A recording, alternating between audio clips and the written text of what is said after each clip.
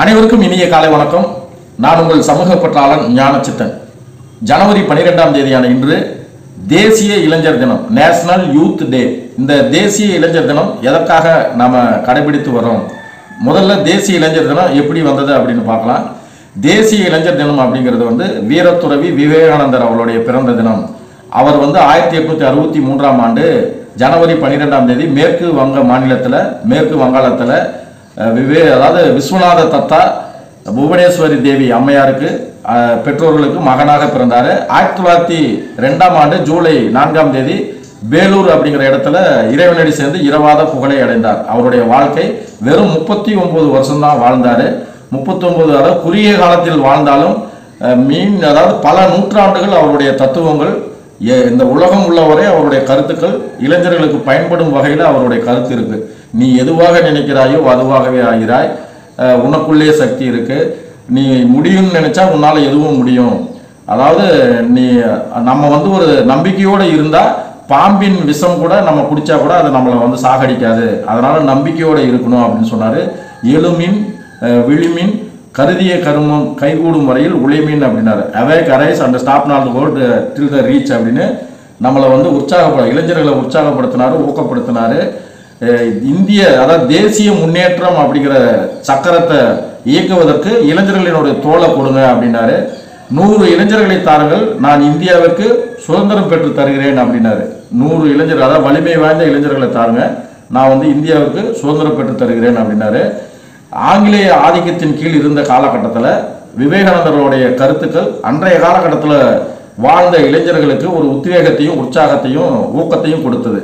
அதனால தான் அவருடைய பிறந்த தினத்தை நம்ம தேசிய இளைஞர் தினமாக கடைபிடித்து வருகிறோம். 1984ஆம் ஆண்டில் அன்றைய இந்திய அரசு விவேகானந்தர் அவருடைய பிறந்த நாளை தேசிய இளைஞர் தினமாக கடைபிடிக்கணும் அப்படின்னு முடிவு செஞ்சாங்க.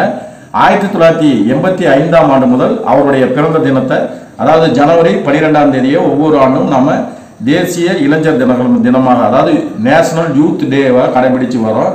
ஆனால் நம்ம இளைஞர்கள் இன்றைய அடுத்த சூப்பர் ஸ்டார் யார் அப்படின்னு தான் பார்க்குறாங்களே தவிர அடுத்த காமராஜர் யார், அடுத்த கக்கன் யார், அடுத்தது வஉசி யார், அடுத்த விவேகானந்தர் யார் அப்படின்னு நாட்டு நலன் சார்ந்த, அதாவது சமூக மேன்மை சார்ந்த மனிதர்களை இன்றைய இளைஞர்கள் பார்க்க மாட்டேங்கிறாங்க.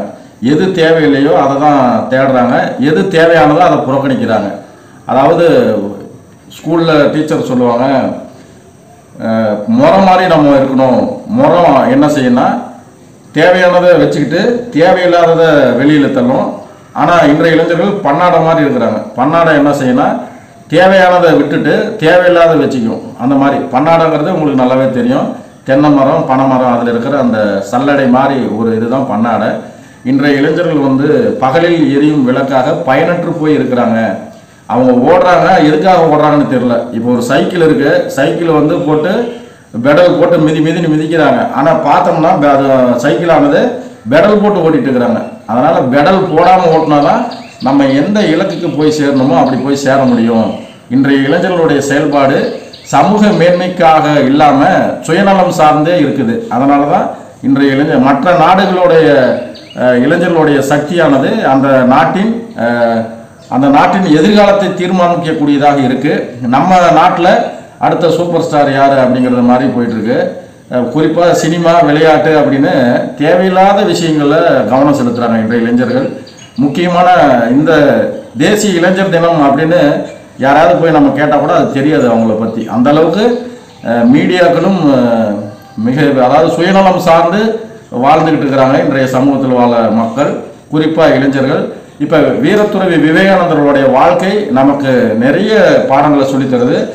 விவேகானந்தர்களுடைய குரு, அதாவது அவருடைய குருநாதர் யார் அப்படின்னு பார்த்தோம்னா ஸ்ரீ ராமகிருஷ்ண பரமஹம்சர். அவர் 1836ஆம் ஆண்டுலேருந்து 1886ஆம் ஆண்டு வரை வாழ்ந்தார். அவருடைய காலகட்டம். அவருடைய சீடர் தான் அதாவது ஸ்ரீ ராமகிருஷ்ண பரமஹம்சர். அவருடைய கொள்கையில் ஈடுபாடு கொண்டு, அதாவது சின்ன வயசிலே விவேகானந்தர் மிகச்சிறந்த ஒரு மாணவனாக, நினைவாற்றல் மிக்கவராக, தியானத்தில் ஈடுபாடு கொண்டவராக, பகுத்தறிவை விரும்புகிறவராக இருந்தார். அதனால் அவர் ஸ்ரீ ராமகிருஷ்ண பரமஹம்சர் அவருடைய கொள்கைகளை இந்த சமுதாயத்துக்கு கொண்டு போய் சேர்க்கணும் அப்படிங்கிறதுக்காக பேலூரில், அதாவது மேற்கு வங்காளத்தில் பேலூரில் ஸ்ரீ ராமகிருஷ்ண மடத்தை 1897 மே 1ஆம் தேதி நிறுவினார். அதாவது ராமகிருஷ்ண மிஷன், ராமகிருஷ்ண மடம், ராமகிருஷ்ண இயக்கம் இல்லை வேதாந்த இயக்கம், இது எல்லாமே ஒன்று தான். இந்த மடத்தை நிறுவி இப்போ குறிப்பாக அதனுடைய ராமகிருஷ்ண மடம் வந்து 1998ஆம் ஆண்டு இந்தியாவில் தரக்கூடிய மிகப்பெரிய ஒரு விருது காந்தி அமைதி விருது. அந்த காந்தி அமைதி விருது வந்து ராமகிருஷ்ண இயக்கம், அந்த இயக்கம் தான் வாங்குச்சு.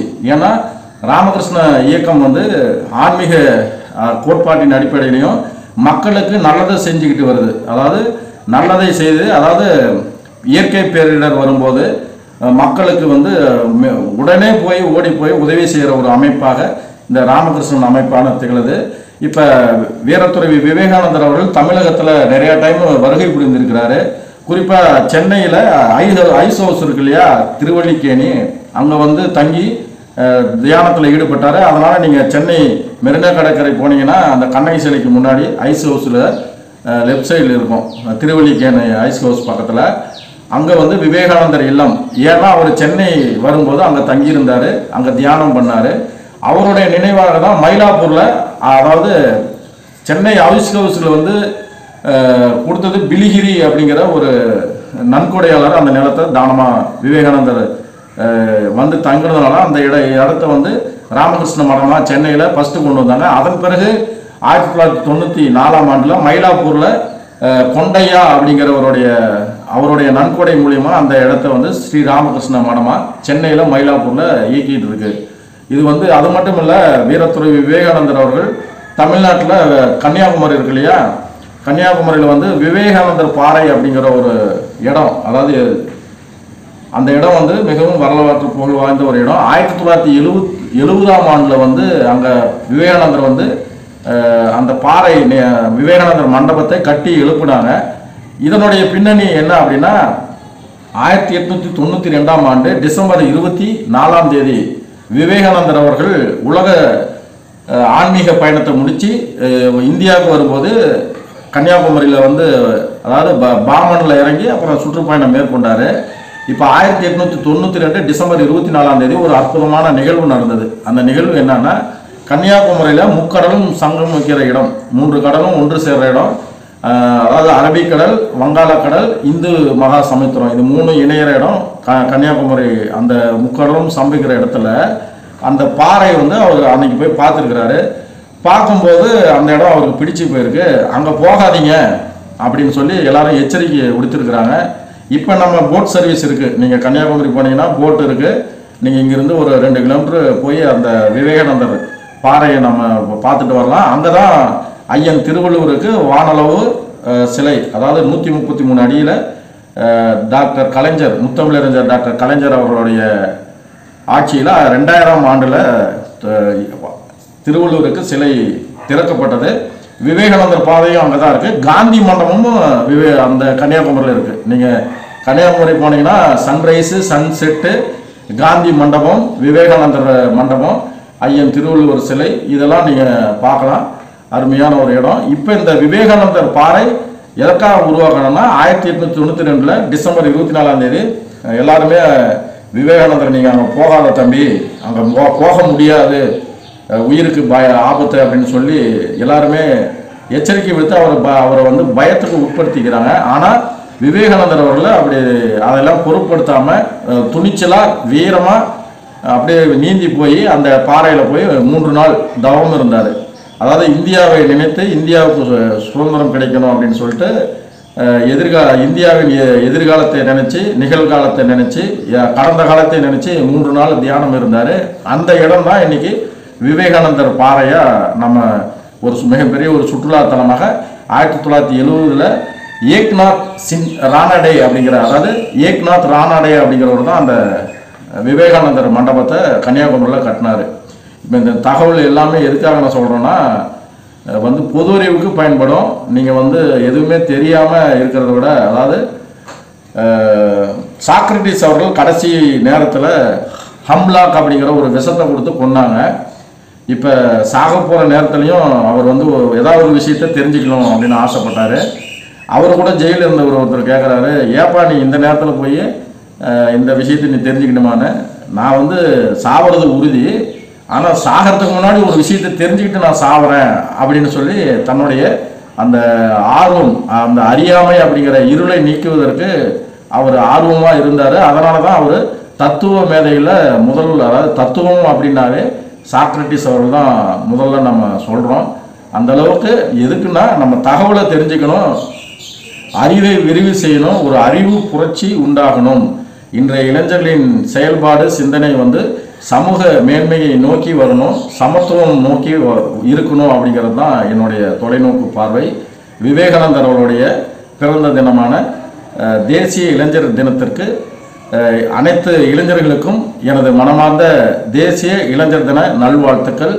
இன்றைய இளைஞர்கள் வந்து இளைஞர்களின் சக்தியானது உனக்குள்ளே சக்தி இருக்கு, அதை உசிப்பிட வழிபாரு அப்படின்னு இன்றைய இளைஞர்களுடைய சக்தியானது பகலில் எரியும் விளக்காக பயனற்று போய் இல்லாமல் இருளில் எரியும் விளக்காக, அதாவது எந்த இடத்துக்கு தேவையோ அந்த இடத்துக்கு இளைஞரின் சக்தி தேவை.